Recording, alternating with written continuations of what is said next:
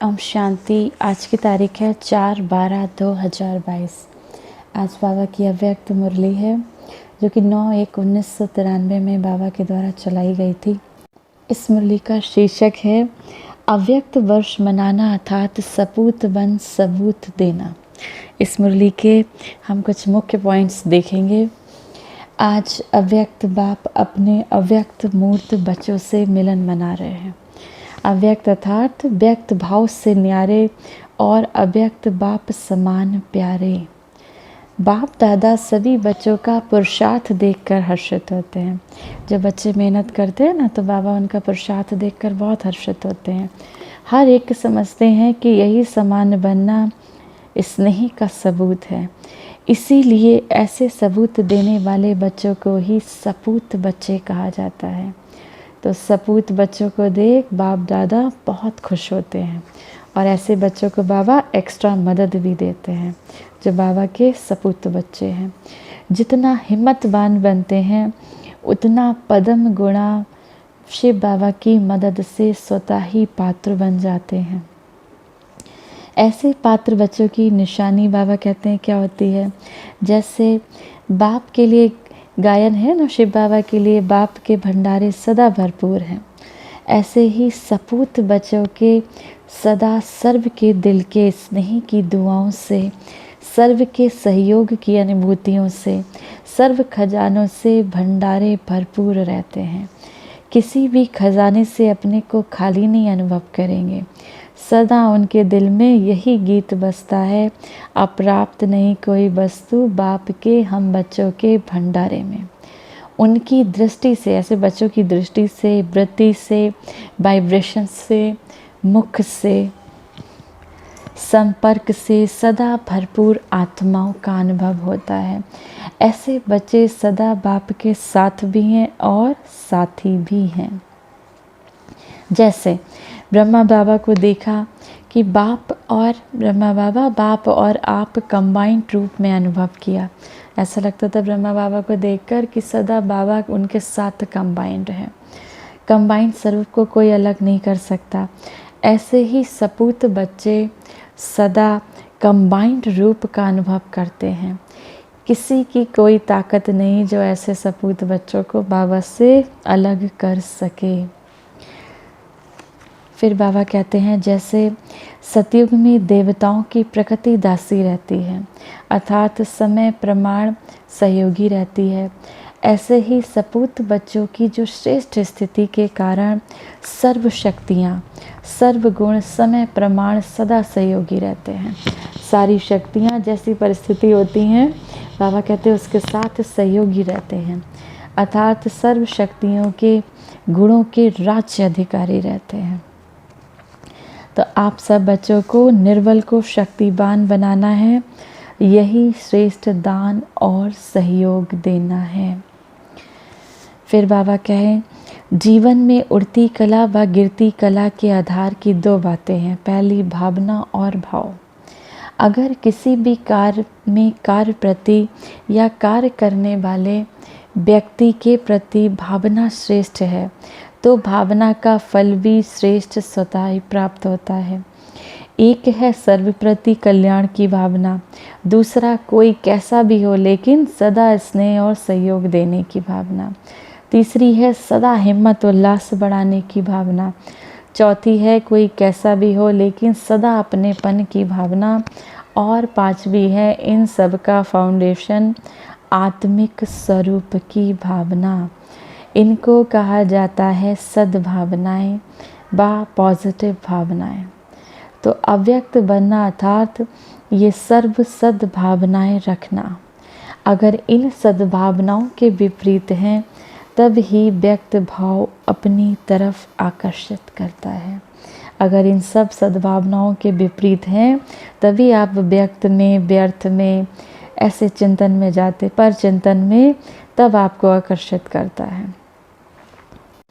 फिर बाबा कहें कई बच्चे अशुद्ध भावना अशुभ भाव से अलग भी रहते हैं, लेकिन एक शुभ भाव और भावना, दूसरी है व्यर्थ भाव और भावना, तीसरी है साधारण भावना व भाव।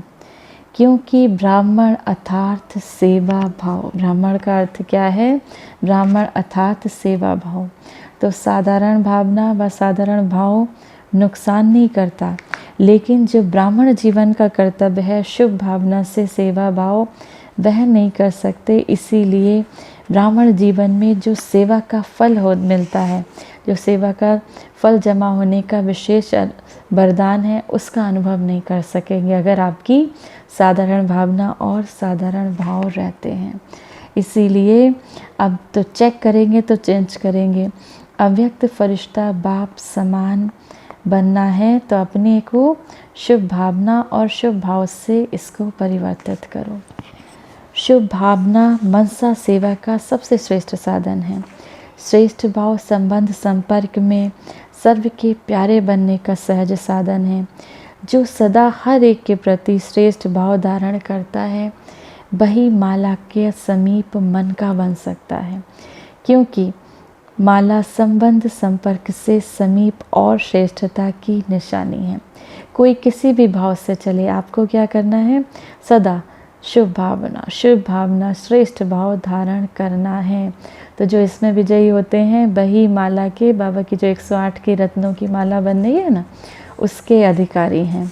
क्योंकि जब वो माला के मन के आपस में एक भाव रखते हैं, कमियों कमज़ोरियों को नहीं देखते हैं, संस्कारों को मिलाते हैं, वही बाबा कहते हैं विजयी होते हैं और माला में एक साथ पिरोए जाते हैं।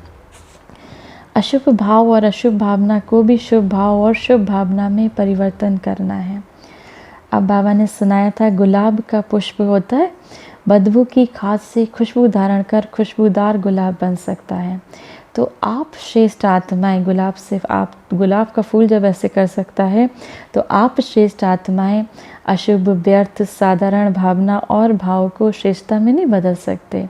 या कहेंगे करें या नहीं कहें, इसकी है ही अशुभ भावना, इनका भाव ही मेरे प्रति ऐसा है, ऐसे तो नहीं बोलेंगे।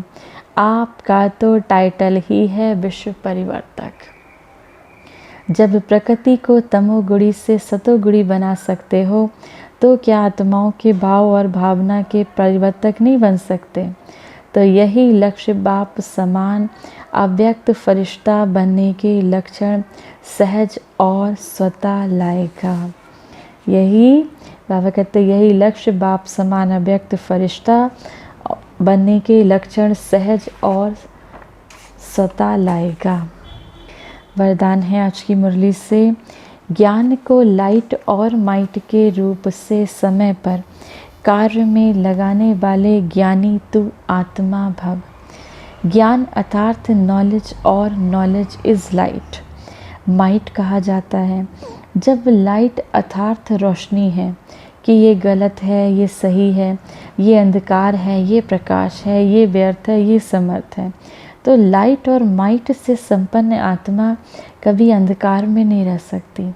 अगर अंधकार समझते हुए भी अंधकार में है तो उसे ज्ञानी व समझदार नहीं कहेंगे। जानते हैं कि ये गलत है और फिर भी गलत का साथ दे रहे हैं तो बाबा कहते हैं उसको ज्ञानी या समझदार नहीं कहेंगे। ज्ञानी तो आत्मा कभी भी रॉन्ग कर्मों को, गलत कर्मों के, संकल्पों के व स्वभाव संस्कार के वशीभूत नहीं हो सकती। स्लोगन है आज की मुरली से, हीरो पार्ट बजाने के लिए जीरो बाप के साथ कंबाइंड होकर रहो। इस सृष्टि रंगमंच पर हम सब बाबा के बच्चे हीरो पार्ट बजाने के लिए, अगर हम चाहते हैं ना, जैसे देखते हैं किसी भी ड्रामे में कोई हीरो होता है तो वो भले ही कितनी विपरीत परिस्थितियां हो उसके बाद भी उसका पार्ट हीरो पार्ट होता है, तो वो उन सब परिस्थितियों से निपट सकता है। तो आप बच्चों को भी अगर हीरो पार्ट बजाना है तो उसके लिए जीरो बाप माना उस निराकारी शिव बाबा के साथ कंबाइंड होकर रहो। अच्छा, चारों ओर के सर्व स्नेह का सबूत देने वाले सपूत बच्चों को सदा बाप समान फरिश्ता बनने के उमंग उत्साह में रहने वाली आत्माओं को सदा सर्व प्रति श्रेष्ठ भावना और श्रेष्ठ भाव रखने वाली विजयी आत्माओं को सदा हर आत्मा को श्रेष्ठ भावना से परिवर्तन करने वाले विश्व परिवर्तक आत्माओं को सदा विजयी बन विजय माला में समीप आने वाले विजयी रत्नों को बाप दादा का अव्यक्त वर्ष की मुबारक के साथ साथ याद, प्यार और नमस्ते। हम सब रूहानी बच्चों के रूहानी माता पिता बाप दादा को याद, प्यार, गुड मॉर्निंग और नमस्ते। ओम शांति।